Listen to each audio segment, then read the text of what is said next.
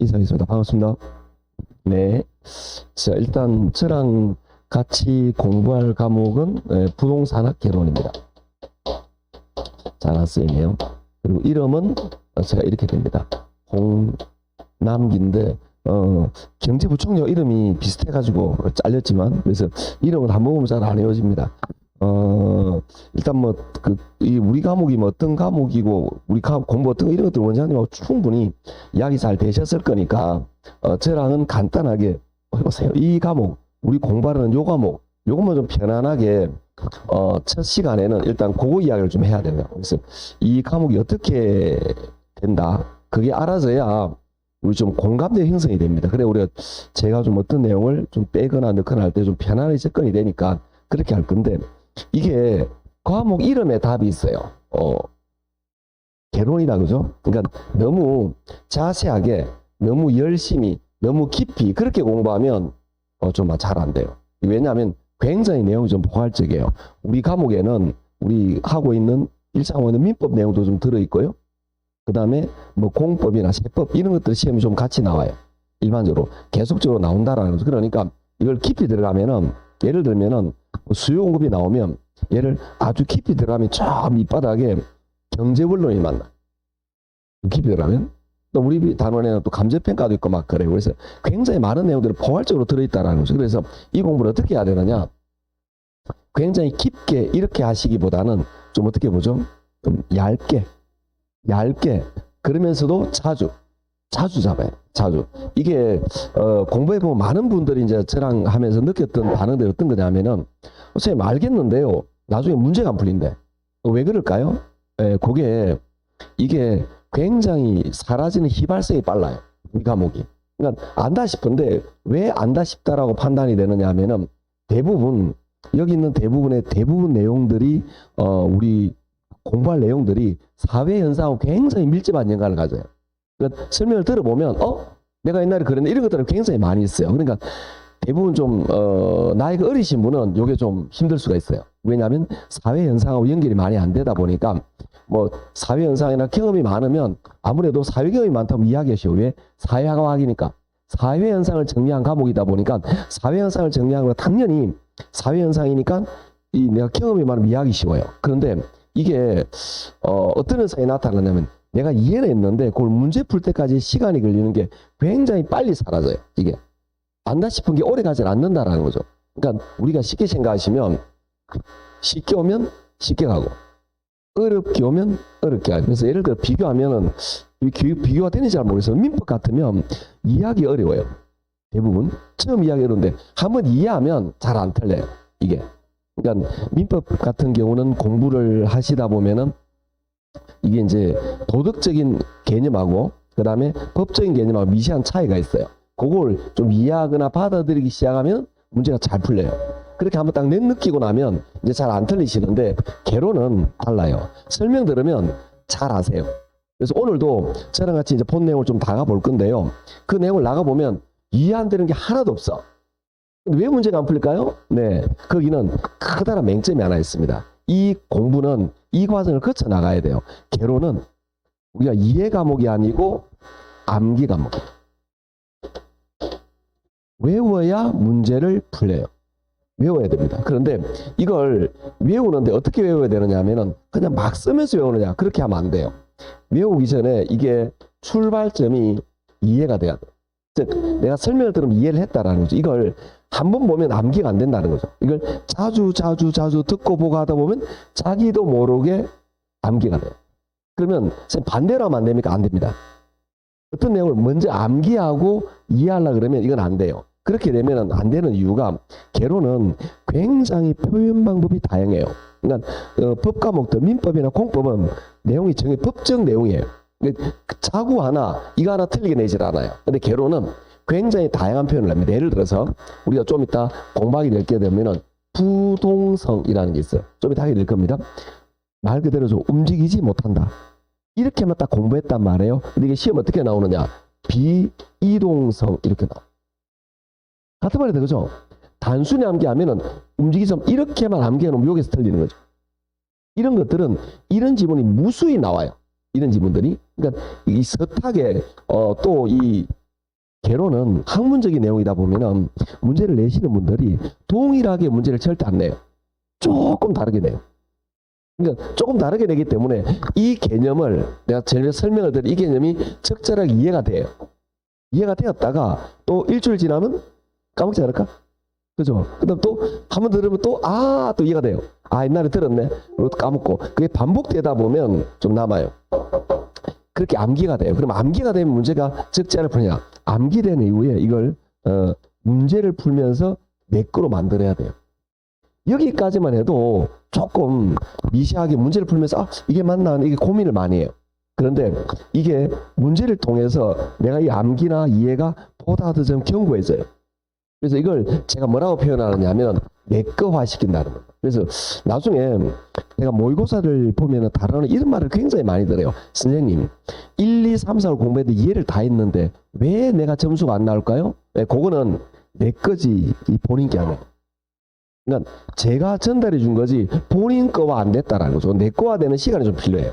어떤 거든. 그래서 내 몸에 익을 때 내가 보는 순간 답이 나오는 그런 단계가 나기 위해서는 내 거로 만드는 시간이 필요한데 대부분 설명 들으면 알겠거든. 그럼 나 알았다 생각하잖아. 근데 우리가 공부할 때 옛날에 수학 문제 같은 거 풀 때도 내가 아는 거와 할 수 있는 게 조금 달라요. 예를 들면 학교 선생님들이 수업 시간에 설명을 할 때는 배경을 막 설명해요. 예를 들어서 공식이면 공식이 만들어진 배경, 기초 문제를 설명을 많이 해요. 근데 시험 문제는 거기에서 안 나오잖아. 맨 뒷바닥에 있는 연습 문제에서 나오잖아. 응용 문제에서 나온다는 거죠. 즉 설명은 기초로 하고 있는데 실제 문제는 응용에서 내고 있죠. 마찬가지라는 거죠. 그러니까 지금 저도 마찬가지죠. 설명은 기초로 하고 있죠. 하겠죠. 근데 문제는 뭐가 나오죠? 응용이 나오는 거예요. 여기에 내 거와 시간에 대해 충분히 그게 돼줘야 되는데 그걸 착각하시는 거죠. 듣는 순간 이해가 됐거든. 이해가 됐거든. 그럼 나는 안다. 할 수 있다라고 생각하는데 이게 이해된 게 완벽하게 내 거 되는데 좀 시간이 들어요. 그리고 개론은 다른 과목과도 마찬가지로 다른 굉장히 많은 학문들로 연결되다 보니까 과목마다 개념이 있어요.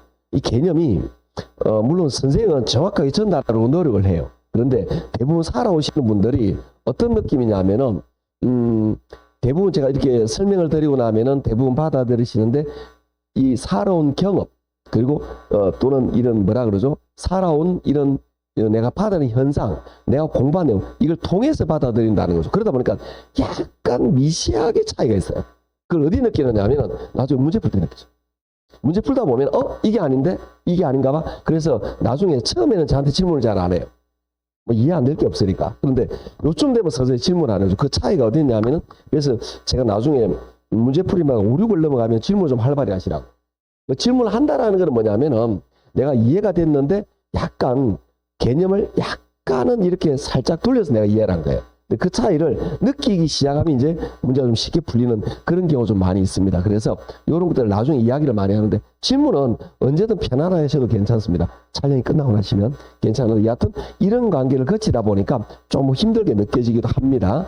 그래서 개론이 좀 과목이 있는데 특징이 있는데 그 특징을 먼저 이야기를 할 거예요. 그래서 저랑 같이 이제 공부할 게 보통 지금 우리 12월 달에 저랑 같이 이렇게 교재를 다룰 거다 그죠? 그래서 제가 이렇게 굉장히 양이 많아요. 12월 달에 다 할 거 아니에요? 아시죠? 이거 전체 교재 전체 20%고 요 자료에는 한 절반 정도밖에 안 할 거예요. 그럼 개론 전체 내용으로 보면은 한 20%밖에 수업을 안 해요, 제가. 여기서. 12월 달에는 4주니까. 그래서, 또 1월, 2월 수업에는, 우리 이제 본교재가 나와요. 이게 본교재가 아니겠죠? 그래서 지금 제가 이 내드린 자료는 나중에 여러분이 이때 끝에 가는 요약 자료로도 쓸 수 있어요. 그래서 제가 내용을 그냥 아주 작게 이 자료만 쓸 자료를 만들려다가 그런 건 좀 무의미하다. 어차피 좀 중요한 내용이 들어있으면 좋겠다 싶어서 자료를 늘렸어요. 그러다 보니까 이때는 우리 수업할 때 이 내용은 절반 정도밖에 안 할 거예요. 그렇게 할 거고 1월, 2월에는 전체 내용의 한 60% 정도의 수업을 합니다. 개론 전체 내용에. 그러니까 전체 내용을 60% 하게 되는데 이렇게 하는 이유가 어디 있느냐 하면은 우리 이제 나중에 여러분 이 말은 굉장히 중요한 이야기이기 때문에 합의를 하는 거거든요. 이거는 제가 1월 달에도 다시 이야기를 해요. 첫 강의 때도 다시 이야기를 할 건데, 이렇게 하는 이유가 뭐냐면 개론에는 한 60에서 70% 내용 반복적으로 나와요. 20% 내용은 좀 엉뚱한 내용이 나와요. 그러면 엉뚱한 내용을 가지고 시험을 합격하는 게 아니고 자주 나오는 내용들을 정확하게 안 틀리게 해서 합격을 하는 거예요. 그러니까 새로운 내용이라는 거는 공법이나 세법 내용들이나 아니면 특이한, 예를 들어서 아까 제가 말씀드렸듯이 가끔 30년에 한 번 정도는 수용급에서 경제원론의 저 밑바닥 문제가 나와요. 예를 들어서 이런 문제는 우리가 풀 수가 없어요. 수업 시간에 설명 안 하는 게 아닙니다. 제가 하긴 합니다. 그런데 한 번 수업 시간에 들었다고 해서 이걸 내가 해결할 수가 없어요. 그런 것들은. 그래서 그런 것들은 어차피 안 되는 것들인데 대부분의 내용들은 반복적으로 자주 나오는 데서 다뤄요. 그걸 요때 하는 거예요. 그래서 어떤 거냐, 우리 교재가 굉장히 아주 두꺼운데 요거에 실제로 30에서 40%만 정확하게 이렇게 하면 문제를 풀어요. 틀리지. 우리가 60에서 70점이 나와요. 그게 우리 목적인 겁니다. 그래서 그 가장 중요한 내용을 1, 2월 때 할 거예요. 그리고 이 똑같은 내용을 3, 4월이 되면은 이 똑같은 교재 가지고 이때는 프린트물이고요. 요때는 본교재 가지고 합니다. 한 500에 600페이지 분량이 되는 거예요. 이때는 전체 한 80%, 70% 하여튼 요 정도 양을 공부를 해요. 그러니까 80% 내용을 돼. 그래서 이걸 제가 좀 자세하게 수업을 한다라고 말을 해요. 좀 더 자세하게 다루죠. 그리고 5월, 6월이 되면 보통 요약 강의를 많이 합니다. 이걸 본교재 가지고 하기도 하고 전부 다 본교재 또는 다른 요약 자료를 가지고 하기도 합니다. 이때는 전체 한 70%를 해요. 이렇게 해서 이론이 정리가 돼요. 아니 선생님 100%는 언제 합니까? 100%는 안 해요. 그런데 이 내용이 어떻게 되느냐 하면은 12월 달에는 예를 들어서 A만 이야기를 해요. 그런데 1월, 2월 달에는 A, B, C를 이야기할 거고요. 그 다음에 3, 4월에는 A, C, D, E를 이야기해요. 5, 6월 달에는 A, B, D, E 이렇게 이야기해요. 이렇게. 그러면 요건 B까지 보도록 할까요? 예를 들어서 요 정도 되는 봅시다. 그러면 우리가 전체 분량에, 우리 공부하는 전체 분량에 요거만 알면 좀 부족하니까 요 정도만 하면은 전체 분량의 한 50%밖에 안 돼요. 교재 전체 50%안 돼요. 한 30에서 아마 40% 정도 분량이 될 거예요. 요게 우리 문제의 60%가 70%가 반복되는 문제예요. 우리 문제. 우리는 요걸 가지고 성분을 볼 거예요. 그러면 어떻게 구성되느냐. 예를 들어서 자 A, B, F라고 합시다.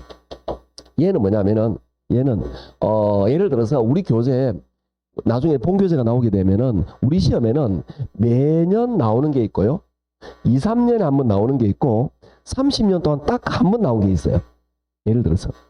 그럼 이걸 전체를 하면 제가 지그재그해서 수업을 다 해요. 지그재그로. 그러니까 교재 내용을 빠짐없이 전체를 다 해요. 6개월 지나면. 그런데 이걸 중요한 거는 이렇게 계속 한다라는 거죠. 중요한 거는 왜? 암기돼야 돼요. 그런데 어떤 것들은 이때 한 번 하고 어떤 거는 2번 한다라는 거죠. 그 이유는 뭐냐? 얘들은 한 5년, 10년에 한 번씩 나오는 애들이고요. 얘는 10년, 20년에 한 번씩 나오는 거예요. 얘는 매년 나오는 거고. 이렇게 해서 반복해서 해야 되는 거예요. 그러니까 제가 중간중간 수업하다가 어떤 걸 막 빼요. 수업할 때. 이거는 다음에 하면 넘어가요. 그럴 때 저한테 따지면 안 돼요. 아, 그거구나. 이건 중요한. 그래서 나중에 여러분이 1, 2월 수업할 때 그래서 나중에 이제 그런 이야기를 제가 굉장히 많이 하는데 어떤 게 가장 중요하냐라고 말하면 1, 2월 수업이 제일 중요해요. 1, 2월 수업이 제일 중요합니다. 그래서 1, 2월 수업 가지고 쉽게 이런 느낌 있잖아요. 우리가 어릴 때 학교 다닐 때 공부할 때 중학교든 고등학교든 공부할 때 나는 6년 동안 정말 죽기 살기로 공부했어. 거짓말입니다. 그렇게 하면 다 서울대 가요. 그렇게 안 했어요. 저도 마찬가지죠. 6년 중에서 1년은 정말 열심히 했어요. 저는 고등학교 1학년 때 정말 열심히 했던 것 같아요. 그런데 그 1년 열심히 했는데 그 뒤로는 열심히가 안 되더라고. 그래서 1년 공부한 그걸 가지고 조금 우려먹어가지고 성적을 유지했던 거예요. 지금 곰곰이 생각하면. 그러니까 우리가 모든 걸 다 이렇게 하는 게 아니고 어떤 중요 포인트라든지 문제는 열심히 할 때가 있었어. 우리가 뭐 다른 거에도 마찬가지입니다. 저도 기타를 열심히 배우다 때려쳤는데 끈기가 없어요, 제가. 그래서 기타 배우다 보면 예를 들어서 어느 어려운 지점은 하기 싫어요. 그건 약간 배운 코드 몇 개 가지고 사실 몇 개를 해 먹어요. 몇 개. 그게 있다라는 거죠. 그런데 좀 어려운 거 하면은 어려운 코드를 몇 개 배우면 또 몇 개 해 먹어요.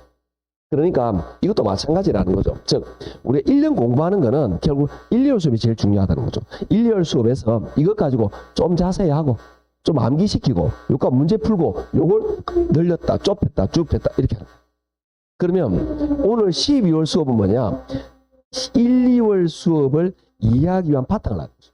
아, 1, 2월 수업 이렇게 될 거다. 라고 이야기를 할 거라는 거죠. 그래서 그거 하는 어떤 전제 조건 같은 거. 그래서 12월 수업 들어보는데 요걸 12월 수업을 딱 2배로 늘리면 요게 되는 거예요. 쉽게 말하면. 요걸 딱 2배로 늘리면 요게 되는 거니까 요 내용 중에서 가장 중요한 내용들만 지금 가볍게 정리를 한번 해본다라고 생각하시면 되겠죠. 그래서 12월 수업을 들었는데 선생님, 쌤 말을 내가 전부 다 이해하겠습니다. 그러면 여러분은 1, 2월 수업에 여러분이 제 말을 듣고 이해 못할 게 단 하나도 없어요.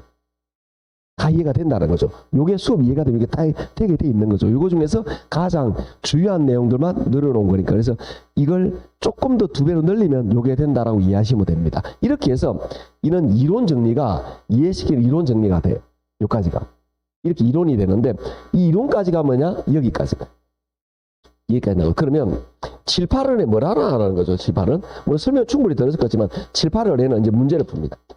이때는.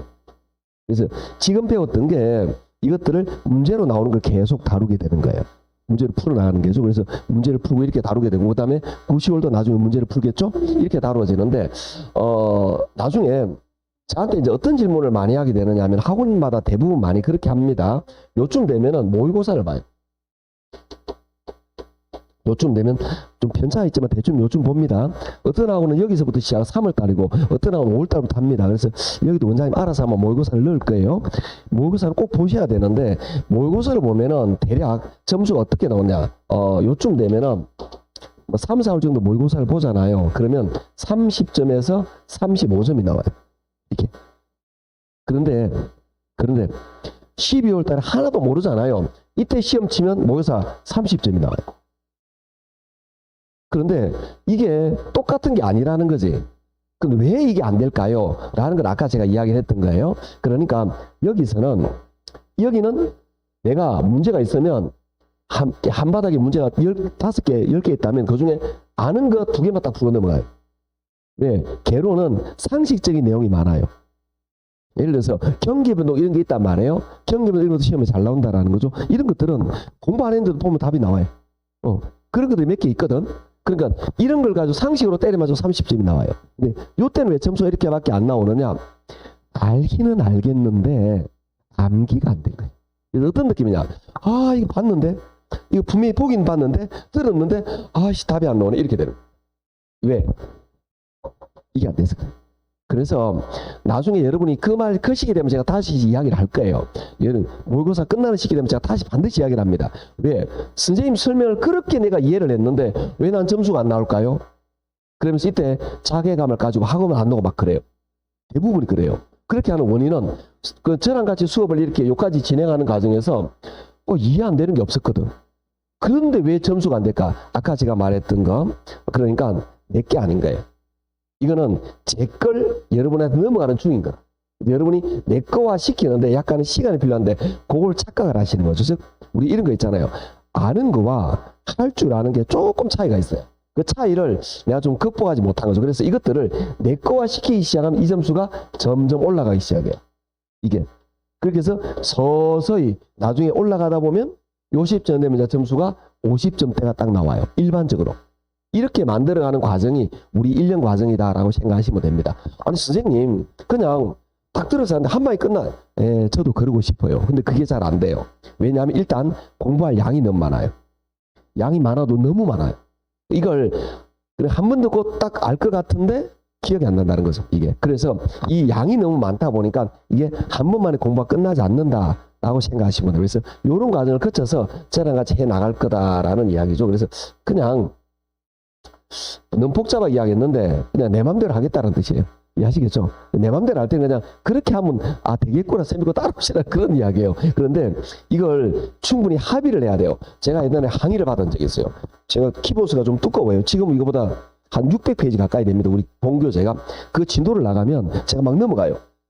한 3바닥하고 또 10장 넘어가고 하거든. 그래 따지는 거예요. 왜 10장을 넘어가느냐고.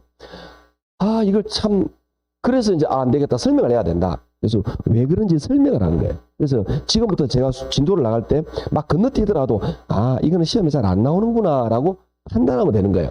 막 따지고 그러시면 안 됩니다. 아셨죠? 그런 내용이고. 자, 그 다음에 우리, 개론은 특이한 내용이 또 있어요. 어떤 것들이 있느냐 하면은, 이게 난이도가 좀 이게 차이가 나는데요. 좀 편의상, 그러니까 난이도가 상, 중, 하로 이렇게 나눈다면은, 일단 난이도 상이 전체 한 20에서 30% 정도 나와요. 그 다음에 난이도 중이 그냥 20% 할까요? 네, 20% 정도. 그 다음에 중이 한 40%, 하가 한 40%예요. 이 정도 나오는데, 그러면 요 내용들이 어떤 내용이냐라는 거죠. 그게 요거예요. 우리는 요거는 안 할 거예요. 자, 이건 어떤 거냐? 제가 아까 이야기했죠? 1년에 한번 다룬다라고 이야기는 그 수업 중에서 한 번 다룬 그런 게, 예.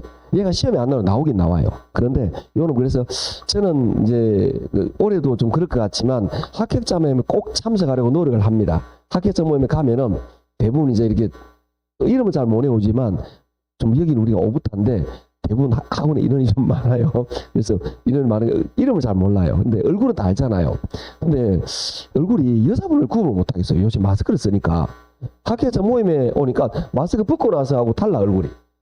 그래서 구분을 잘 못 하겠는데 여하튼 거기 가면은 학회자 모임 꼭 가서 이렇게 봅니다. 그래서 물어봐요. 결혼 점수 얼마냐라고. 그럼 대부분이 어떤 점수가 나오느냐 하면은 대부분 70점대가 나와요. 70에서 80점이 나와요. 학회한 사람이. 이 점수가 나온다라는 게 요걸 말하는. 즉, 요거 빼고도 충분히 가능하다라는 겁니다. 그런데 왜 80점이 아니라 이렇게 나오느냐? 요게 우리가 개론에는 계산이 8문제 나오고, 그 다음 이론이 32개 정도 나와요. 이게. 이 안에는 요것도 들어있다라는 거예요. 그런데 계산을 포기해버리니까 70점이 나오는 거예요. 그런데, 이제 공부를 대부분 이제 이 우리 중개사 공부를 대부분 처음이라고 말하지만 처음인 사람이 많이 없어요. 인강을 하시든 혼자 하시든 어떻게 해보셨어요. 그래서 계산 어렵다라는 건 알고 있어요. 예, 사실 어려운 거 맞아요. 그렇다고 해서 포기할 건 없어요. 이 중에서 계산의 절반은 충분히 가능합니다. 그런데 제가 나중에 계산 파트가 나오면 우리가 이제 착각을 하는 게 있어요. 계산과 이론이 따로다라고 착각을 해요. 절대 아닙니다. 계산, 이론은 같은 거예요. 이론적인 걸 수치로화 만든 게 계산이에요. 그래서 12월 달에는 좀 본격적으로 다루질 못하겠지만 1월 되면 조금씩 이렇게 배경을 이야기를 해요. 근데 그때는 본격적으로 계산을 하는 게 아니고 이론 설명을 위해서 숫자를 이야기해요. 그런데 그게 이해가 되시면 여러분이 계산 문제 푸는데 전혀 어려움이 없어요. 왜? 그걸 조금 더 체계적으로 만들면 계산 문제가 되는 거니까 그렇게 만들어 나가신다라고 생각하시면 됩니다. 그래서 앞으로 좀 이렇게 될 거니까 이런 부분은 우리가 아까 제가 그때그때 진도가 나갈 때마다 그때그때 이야기를 하도록 할게요. 그렇게 보고 우리 교재에 차례를 한번 보도록 하죠. 2페이지입니다. 2페이지인데 이 차례에 대해서 좀 배경 이야기를 하고 좀 진도를 나갈 거니까요. 자, 거기 2페이지에 보시면 자, 단원이 8개가 나와 있다. 그죠? 그래서 개론이 총 8단원이 나와 있어요. 자, 제일 편이 뭐냐면은 부동산학 총론입니다. 이 부동산학 총론은 부동산이 뭐다? 부동산에 대한 정의, 그 다음에 부동산 어떤 특징이 있다, 일반 재와 어떤 차이점이 있다, 이런 것들을 설명하는 게 부동산학 총론인데 우리 시험에서 한 3문제 정도가 나와요. 그럼 이게 굉장히 단순해요. 그리고 내용이 그렇게 어렵지가 않아요. 그래서 대부분의 분들은 그리 많이 힘들게 넘어가지 않습니다. 그래서 편안하게 보시면 되는, 그래서 그냥 전체적인 우리가 어떤 내용을 시작하기 전에 이게 배경을 깔아주는 그런 느낌이다라고 생각하시면 됩니다. 굉장히 편안합니다. 자, 그 다음부터 이제 본론이에요. 강론이죠. 그래서 그냥 제가 두 번째 단원이라고 말하는데 교재에서는 강론 1단원이 됩니다. 이게 경제론이에요. 자, 경제로는 사실은 두 가지, 밑에 보면 제가 파트 1, 2, 3 세 가지로 나누는데요. 가장 중요한 게 뭐냐면은 수요하고 공급이에요. 수요 공급이고요. 그 다음에 두 번째가 경기 변동이고요. 세 번째가 거미지 비율인데 어떻게 나오느냐면은 수요 공급에서 일단 네 문제 정도가 나오고요. 경기 변동은 거미집에서 일반적으로 한 문제가 나와요. 그런데 여기서 여러분이 꼭 유념해야 되는 거는 뭐냐? 이 수요 공급 파트가 우리가 굉장히 중요한 단원이에요. 요게 굉장히 중요한 단원인데, 그럼 이 단원은 뭐냐면은 우리가 어릴 때 배웠던, 우리는 대학에서 예를 들어서 경제학을 전공했을 수도 있습니다. 그런데 그 정도 수준으로 나오질 않아요.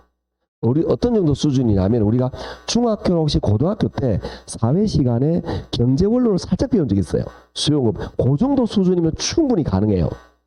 그런 내용들을 주로 다루는 내용이다. 그래서 수요공급에 관계되는 그런 내용이 나온다라는데, 제가 별표하는 단어는 왜 별표하느냐 하면은 이 네 문제도 중요하지만 요게 뒤에 단어는 영향을 주어요. 그래서 왜 영향을 주는지는 좀 보도록 할게요. 그 다음에 세 번째 단원이 뭐냐면은 부동산 시장론이에요. 부동산 시장론은 우리 시험에서 한 5문제 정도가 나와요. 5문제 정도가 나오는데, 이 부동산 시장은 굉장히 그 암기 단원이에요. 그 시장론은 암기 단원이에요. 그러니까 대부분 어떤 거냐면은 이런 학자가 이런 학 이론을 정리했다. 얘는 이런 이야기를 했다. 이렇게 말하는 거예요. 그래서 대부분 암기 과목인데, 그래서 이 시장론을 설명하면 별로 어려운 점이 없어요. 대부분 암기 과목인데다가 아주 단순한 내용이 많으니까 여기는 어려운 내용이 아니다라고 보시면 됩니다. 그래서 부동산 시장에 대한 특징, 부동산 시장은 어떤 이론이 있다. 그런 학자들의 이론을 정리했다라고 보시면 됩니다. 네 번째 단원이 뭐냐면은 정책론 하는 거예요. 여기서 보통 4문제 또는 여기서 또 보통 5문제, 보통 4문제가 잘 나옵니다. 많이 나올 때 6문제 나올 때도 있긴 합니다. 이 정책론은 우리가 이 단원에서 우리 공법이라든지 아니면 세법하고 연결되는 문제가 많아요. 그 이유가 뭐냐면 정부의 정책은 토지 정책이라든지 토지 이용 규제, 이게 공법하고 연결되겠죠. 그 다음에 부동산하게 되는 조세 정책, 세금 정책은 세법하고 연결되겠죠. 이런 것들이 나오는데, 그러면 선생님 공법 세법 문제를 배웁니까? 자, 그 내용들은 공법이나 세법에서 배울 거고요. 우리는 정부가 어떤 정책을 실시를 해요. 그 실시하게 되면 시장에 어떤 영향이 있느냐라는 걸 배우게 돼요. 그래서 이 정책 파트는 뭐와 연결돼? 여기와 연결돼. 왜 이렇게 됩니까? 예를 들어서 정부가 부동산하게 되는 세금을 올렸어요. 그러면 세금을 올리면 사람들은 거기에 따라서 어떤 판단을 하겠죠. 판단하게 되면서 수요 공급에 영향을 준다라는 거지. 그럼 수요 공급에 영향을 주니까 다시 부동산 가격이 어떻게 변하겠죠. 그런 것들에 대한 공부를 한다라는 거죠. 즉 무슨 이야기냐면 정책 파트는 요거의 연장이에요. 나중에 제가 정책론을 설명을 드리면 이해가 좀 안 돼요 라고 말하는 거는 정책이 이해가 안 되는 게 아니고 요게 이해가 안 되는 거예요. 어떤 정책 시행에 따른 사회의 수요 공급의 변화를 가지고 설명한다라는 이야기입니다. 그런 내용들을 연결시키다 보니까 이런 문제 어려움이 있다라고 보겠죠. 예를 들어볼게요. 예를 들어서 우리 요즘에 수도권 지역에 조정 지역에 많이 하는 분양가 상한제, 예를 들어서 정책을 실시했다. 정부에서 분양가 상한제라는 정책을 실시했다라고 가정을 할게요. 그러면 공법에서 배운 건 뭐냐? 분양가 상한제는 뭐다? 어떤 법에 근거한다? 이거는 누가 시행한다? 시행을 어기면 어떻게 된다? 이런 것들에 관계되는 게 우리가 공법에서 배운 거 절차죠. 이걸 배운다 그러죠. 그럼 우리 수업 시간에 배울 거 뭐냐? 분양가 상한제를 시행하게 되면 이 시장에 어떤 영향을 미치겠느냐라는 게 우리 수업 시간에 공부를 하는 거죠. 자, 그러면 한번 상상을 해볼까요, 우리가? 자, 이 지역에 원래 이 지역의 분양가가 평당 4천만 원이에요. 시세가. 그러면 정부 입장에서는 평당 4천만 원이면 30평 아파트면 12억 하잖아요. 일반 무주택자가 집을 구입하기가 어렵겠죠. 이해하시겠다, 그죠? 그럼 정부 입장에서는 이거에 대한 규제를 하는 거죠. 분양가가 너무 높다. 이걸 원가를 공개하고 낮추어라 해서 이걸 예를 들어서 분양가 상한제를 2천만 원 적용을 합니다. 이 지역에. 그럼 이 지역의 공급자는 2천만 원으로 분양해야 되는 거예요. 시세는 얼마인데? 4천만 원. 자, 그럼 이제 이렇게 해야 되는 거. 이런 것들이 분양가 상한제. 그러면 법조문 이렇게 나오겠죠. 분양가 상한제는 저소득층의 또는 무주택자의 주거 안정을 위하여 국토교통부 장관이 주거정책심의기구의 심의를 거쳐서 시행할 수 있다. 이렇게 법조문이 나오겠죠. 그거는 공법 내용이라는 거지. 그거는. 근데 우리는 뭘 배우느냐? 이렇게 했을 때, 자, 어떤 영향이 있는지 한번 상상을 해보도록 하죠. 자, 내가 집을 사려는 수요자예요. 여기에 집을 사면은 시세 차익을 굉장히 많이 노릴 수 있겠죠? 2배로 팔아먹을 수 있겠죠? 그러니까 여기에는 사람들의 주택에 대한 수요가 어떻게 되겠다? 증가된다. 어떻게? 수요가, 투기 수요가 폭발적으로 증가한다라는 거죠. 왜? 분양만 받으면 시세 차익을 누릴 수가 있으니까 수요는 폭발적으로 증가합니다. 그래서 이 외지 사람도 들어와요. 여기다가. 자, 이제 공급 입장에서 한번 생각해 보도록 할게요. 공급 입장에서. 여러분이 건설회사 사장님이에요. 시세가 4천만 원인데 2천만 원을 분양해래. 분양을 할까요? 안 할까요? 안 하겠죠. 공급이 어떻게 될까요? 감소하겠죠. 당연히. 그런데 어떤 공급이 감소할까요? 분양가니까 기존 주택은 정부가 간섭할 수가 없겠죠. 왜 그러냐면 이 주택은 신규 분양 물건만 정부가 규제하는 거예요. 기존 주택, 내가 내 집을 10억에 팔든 1억에 팔든 내 맘대로잖아.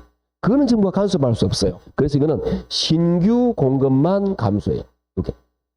그럼 어떤 현상이 생기는지 보도록 합시다. 자, 이 무주택자는 여기에 10만 명 이상 있어요. 이 사람은 집을 가지고 싶어요. 정부가 이 사람들의 주거 안정을 위해서 집값을 이렇게 낮추어 놓았어요. 무주택자를 위해서. 자, 무주택자는 좋아졌느냐? 공급이 없어요. 신규 물건이. 자, 이제 상상을 해보도록 하겠습니다. 주택의 수요는 늘었는데 신규 물량이 없어요. 그럼 이에 원래 있던 기존 주택들, 이걸 우리 뭐라 하느냐면은 재고주택이라고 그래요. 중고 재고주택. 이 중고 재고주택은 가만히 있을까요? 올라갈까요? 내려갈까요? 올라가겠죠. 왜? 사람들은 집을 찾아가는데 신규 공급이 안 되잖아. 신규 공급이 돼야 이게 수요를 충족할 건데 수요 충족이 안 되는 거라. 그러다 보니까 기존 주택 값이 올라가는 거야. 신규 물량은 없고 정부 입장에서는 저소득층의 주거 안정을 위해서 이 정책을 실시했는데 예를 들어 10만 명의 무주택자가 있다면 조금 분양하는 몇천 개의 입주자는 혜택을 보겠지만 나머지 90몇만의 9만 몇천의 무주택자는 신규도 없고 기존 주택은 값을 올려버리고 집을 구하기가 더 어려워진다. 이게 우리가 공부할 내용이에요. 정책 파트가 그렇게 접근하는. 그래서 무슨 얘기가 돼버리냐면은 수요 공급 이야기한다. 이게. 그럼 이렇게 되니까 주택값 어떻게 변하냐 이런 것들 우리가 공부할 내용인데 이 공부가 되기 위해서는 그러면 우리는 이 내용에서 중요한 사실 하나 배운 거죠. 어떤 게 중요한 거냐. 이 전반기 개론이 8단원인데 그중에 4단원은 뭐가 자원하냐. 요 놈이 자원해요. 요게 4문제밖에 안 되는데 문제수는 얼마 안 돼요. 그런데 요게 이런 것들 왜 그러냐면은 이 수요 공급은 시장 경제에 영향을 미치는 거예요. 이게 그런 것들에 대한 영향을 미치다 보니까 이 수요 공급이 이쪽 단어에 영향을 준다라고 이해하시면 되겠죠. 그래서 이게 안 되면 뒤에 단어는 이해가 잘 안 돼요. 아까 말했잖아요. 개론은 암기지만 이해가 바탕이 돼야 되는데 내가 이해를 못하니까 이게 잘 암기가 안 되는 거예요. 그냥 외워서 풀면 되지 않습니까? 그러면 책 하나 다 외워야 된다. 그러니까 이해하지 않으면 암기가 안 된다라고 전제 조건을 깔으셔야 된다는 거죠. 그런데 그게 요게 달리다. 전반기는. 그래서 이 단원이 중요한 거다라고 말하는 거예요. 문항수를 말하는 게 아닌 겁니다. 자, 그 다음에 5번째 단원에 가면은 부동산 투자론이라는 게 나와요. 이게 보통 한 6에서 7문제가 나오는데요. 많이 나오면 9문제가 나옵니다. 이 단어는 투자론은 제가 개론의 꽃이라고 말해요. 이 자체로서 어마무시하게 중요합니다. 그래서 하반기 즉 뒤에 단원에서 가장 여러분을 스트레스 받게 만들 게 요거예요. 그래서 개론에서 공부를 하면 제가 만약에 수업을 하면은 보통 개론이 단원 8개잖아요. 우리가 수업이 1, 2월 하면은 8주가 나와요. 그럼 편의상 한 단원에 1주 하면 딱 맞겠죠? 근데 얘는 2주 수업이에요. 다른 걸 줄여서라도. 왜? 분량도 많고 여기서 우리가 좋아하는 계산이 있어요. 이게 어려운 점이 뭐냐면은 이 투자로는 투자하는 입장에서 이거에 대해 수익을 얼마로 예상되고 10억을 투자했을 때 순수익이 얼마니까 수익률이 얼마다. 이때 내가 대출을 얼마 안고 하면 수익이 얼마 정대야 된다. 이런 문제를 다루는 거예요. 이걸 계산. 이럴 때 니는 투자할 가치가 있느냐 판단해라. 이런 것들을 분석하는 단원이라는 거죠. 그러니까 숫자를 빼고 말할 수가 없어요. 이게. 저도 숫자 빼고 말하고 싶어요. 그런데 그게 안 돼요. 그래서 이게 계산 단원 연결되다 보니까 많은 분들이 어려워하세요. 그래서 일단 요 단원들은 제가 동영상을 여러 번 돌려보시라고도 말하기도 합니다. 이해가 안 되면. 그래서 이 단원 할 때는 좀 집중 많이 하셔야 됩니다. 굉장히 중요한 단어입니다. 여기는 어려운 단어 없어요. 여기 제일 중요한 단원입니다. 자, 그리고 나면은 6번째 단원이 넘어가게 되는데요. 6번째 단원은 금융론이에요. 금융론이 평균 5문제 정도 나온단 말이죠. 근데 금융론은 그냥 그렇게 많이 어려운 게 없는데 처음 하면 생소해요. 왜 그러냐면 우리가 금융의 전통적인 금융은 자금 융통 대출이에요. 대출에 관계되는 내용도 나오기도 합니다. 근데 그 내용보다도 세상이 좀 복잡해지지 않나요? 우리 살아가는 세상이. 그러다 보니까 새로운 금융제도가 나오는 거예요. 새로운 금융제도. 그런 새로운 금융제도를 공부하게 되는 거예요. 그러다 보니까 좀 처음 공부하면 굉장히 어렵게 느껴져요. 그런데 듣고 어느 정도 이해가 되고 반복돼서 좀 적절하게 암기되면 그렇게 힘든 내용은 아닙니다. 그런데 처음 공부하시면 조금 난해요. 왜? 새로운 지문들이 많이 나오니까 그래요. 이런 것들은 그래도 들어나 봤다. 요거는 못 들어본 내용들이 좀 많이 나와요. 그래서 힘들긴 하지만 그래도 두세 번 반복되면 할만합니다. 자, 7번째 단원이 뭐냐? 제가 그냥 개발, 관리 라고 말하는데 두 문제 나와요. 세 문제, 이건 중요하지 않습니다. 해도 안 해도 돼요. 그래서 제가 바쁘면 이 단어 빼버립니다. 뭐 별로 중요하지도 않고 하니까 그냥 구색 같은 단원이에요. 그래서 중요 단원은 아니다라고 보시면 됩니다. 마지막 8번째 단원이 요게 감정평가예요. 감정평가가 6에서 7문제라고 말하는데 계속 연속적으로 지금 6문제가 나오고 있습니다. 그래서 공식적인데 이 감정평가도 조금은 중요합니다. 그 이유가 뭐냐면은 감정평가는 절반이 이론이고 절반이 계산 문제가 나와요. 그래서 감정평가가 좀 어려운 내용인데 쌤 감정평가 우리가 왜 합니까? 우리가 제가 그런 표현을 좀 많이 합니다. 개론은 전공 교양이라고 말해요. 여러분이 2차 과목은 전공 실무예요. 진짜 여러분 살아가면서 필요할 게 2차 과목이에요. 여러분이 중개할 때 법 적용을 어떻게 받느냐, 그 다음에 어떤 또 세금적인 내용, 이런 것들 전부 다 중요한 내용들이죠. 그런데 지금 우리가 하고 있는 개론은 전공 교양이라는 거죠. 중개하시는 분, 이 기본적으로 부동산에서 어느 정도 알아야 되는데 부동산의 가격이 어떻게 책정되느냐라는 걸 이해하고 이걸 본격적으로 하는 분들이 감정평가사예요. 아니 우리는 감정평가사 아닌데 왜 이걸 해야 되느냐고. 여러분이 조금만 경매에 관심이 있으면 경매 사이트에 클릭하면 감정평가 보고서가 뜹니다. 이게 어떻게 되는지 여러분이 이해를 하셔야 되는 거예요. 그래야 고객한테 설명을 좀 하지. 그렇지 않을까요? 그래서 이 부동산이 예를 들어서 이게 감정평가사가 이걸 시범으로 감정평가했어. 근데 어떻게 됐는지, 어떤 법 적용을 받았고 어떤 절차로 10억이 나왔는지 대략적으로 알아야 된다고 내가. 그래서 그 사람의 감정평가서를 보고 요런 걸 적용해서 이게 나왔구나라고 이해할 능력이 여러분의 교양이 필요하다라고 말하는 거예요. 그래서 감정평가사 수준의 그런 내용을 다루지는 않지만 감정평가의 기본적인 법령, 감정평가의 기본적인 절차, 그 다음에 감정평가의 기본적인 평가 방식, 이런 것들을 할 줄 알아야 된다. 그래서 간단한 감정평가를 계산하는 계산 문제도 나오게 돼요. 그래서 이런 것들을 우리가 개론을 거쳐서 쭉 공부하게 될 건데 개론은 그래요. 개론은 이렇게 중요한 단원이 있고요. 조금 중요하지 않은 어려운 단원이 있고요. 조금 어렵지 않은 단원이 있어요. 그러면 공부를 할 때도 이렇게 한다. 선생님 나는 요거 빼고 나머지만 해도 22개쯤 나오겠네요. 이거 다 맞춰가지고 좀 운 좋으면 합격하겠네요. 그러면 안 된다. 절대로 안 됩니다. 그러면 왜 그러냐면 우리는 착각을 해요. 여러분이 어떻게 착각하느냐 하면은 어려운 단어는 문제가 어렵고 쉬운 단어는 쉽다라고 착각하는데 안 해요. 어려운 단원이 예를 들어서 투자론이 어려운 단원이지만 4개는 쉽고 4개는 어려워요. 여기 쉬운 총론 있잖아요. 이게 제가 나중에 9, 10월 달에 문제를 내잖아요. 만만한 거 하나도 없어요. 쉬운 내용이지만 문제가 어렵게 나오기도 한다고. 그래서 나는 쉬운 것만 골라 할 거야. 그러다가 몇 년 고생하는 거라. 그럼 절대 안 돼요. 우리가 헤쳐나가야 됩니다. 즉 여러분은 이 3개 단원을 뚫지 못하면 점수가 안 나와요. 죽다 깨어나도 60명 안 나옵니다. 그래서 여러분을 이렇게 편안하게 만들고 웃게 만들고 울게 만드는 거는 요거 3개입니다. 여러분 조금만 공부를 하셨으면 알아요. 나는 총론을 못하겠어. 그런 사람 없어요. 오늘 설명해 보겠지만 다 이해합니다. 요게 안 돼요. 요게. 그래서 요게 여러분을 좀 웃게 만들기도 울게 만들기도 하는데 이걸 여러분이 만약에 12월 달 지나가면서 기본적인 내용을 제가 쭉 요 내용들 위주로 이야기할 거예요. 들었는데 쌤 알겠네? 그러면 1, 2월 수업에 이해 못할 게 하나도 없어요. 그럼 여러분은 편안하게 개론 공부가 됩니다. 제가 여기까지는 충분히 만들어낼 수 있다는 거죠. 그 다음부터는 여러분이 반복을 통해서 같이 갑니다. 아시겠죠? 그래서 이런 과정을 이루어질 거다라는 건데 오늘은 첫날이니까 많은 부분을 못 보고 이 부분만 한 2-3개 단원을 다룰 거예요. 좀 쉬었다가 2-3개 단원을 다뤄보고 이런 식으로 수업이 되는구나 라고 이해하시면 됩니다. 그럼 쉬었다가 요 보도록 하죠. 좀 쉬죠.